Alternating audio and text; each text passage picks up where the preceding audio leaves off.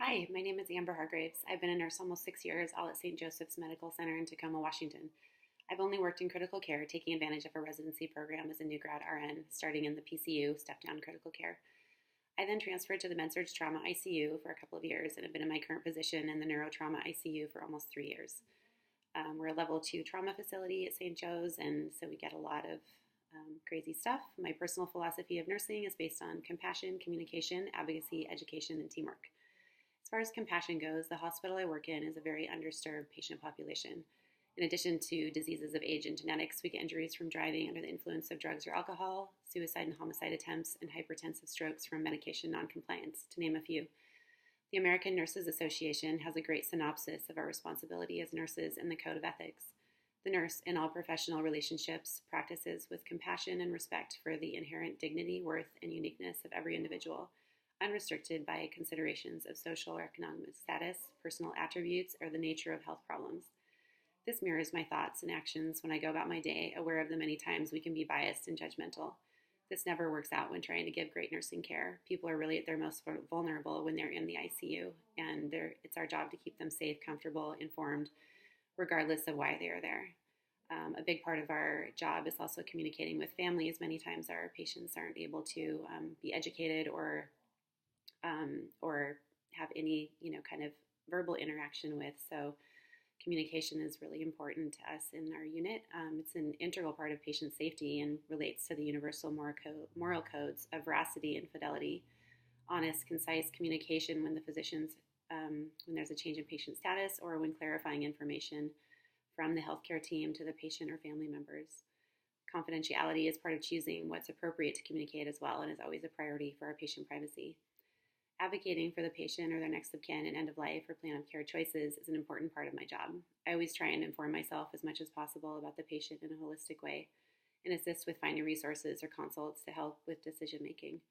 Advocacy is such an important part of being a nurse in any setting.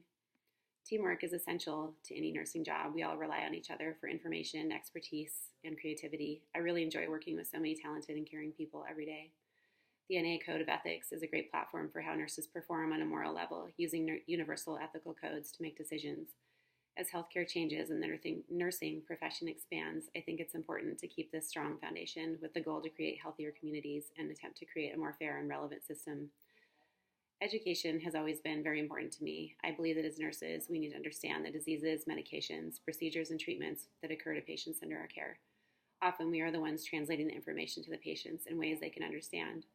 The more we understand about the treatment plan, the better care we can provide, knowing that what the next steps are, anticipating care, and providing the safety and excellence of care we strive for, ultimately achieving better outcomes for the patients or families, regardless of the situation.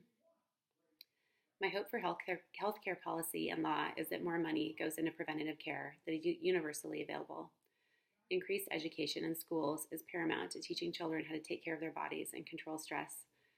Gardens in schools with kitchens and programs to help kids harvest and make meals seems like a cost-effective, small thing that's working in many areas. People need to learn to be accountable for lifestyle changes that can positively affect health and prevent chronic disease. I do think starting early is really a key. It's so hard for people to change habits they've had all their lives. To conclude, I recommend the book Being Mortal by Atul Gawande to all my family members and colleagues. He's a doctor who discusses how the medical profession has been taught to treat disease and that not everything should try to be cured with extensive, painful, costly treatments that don't increase the quality of life in many cases.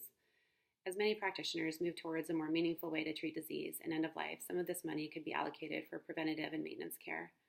I hope that all healthcare providers can move towards a model of informing and guiding patients and families and not give them many complex choices with free rein on what path is best when it's not in their best interest to be making those choices.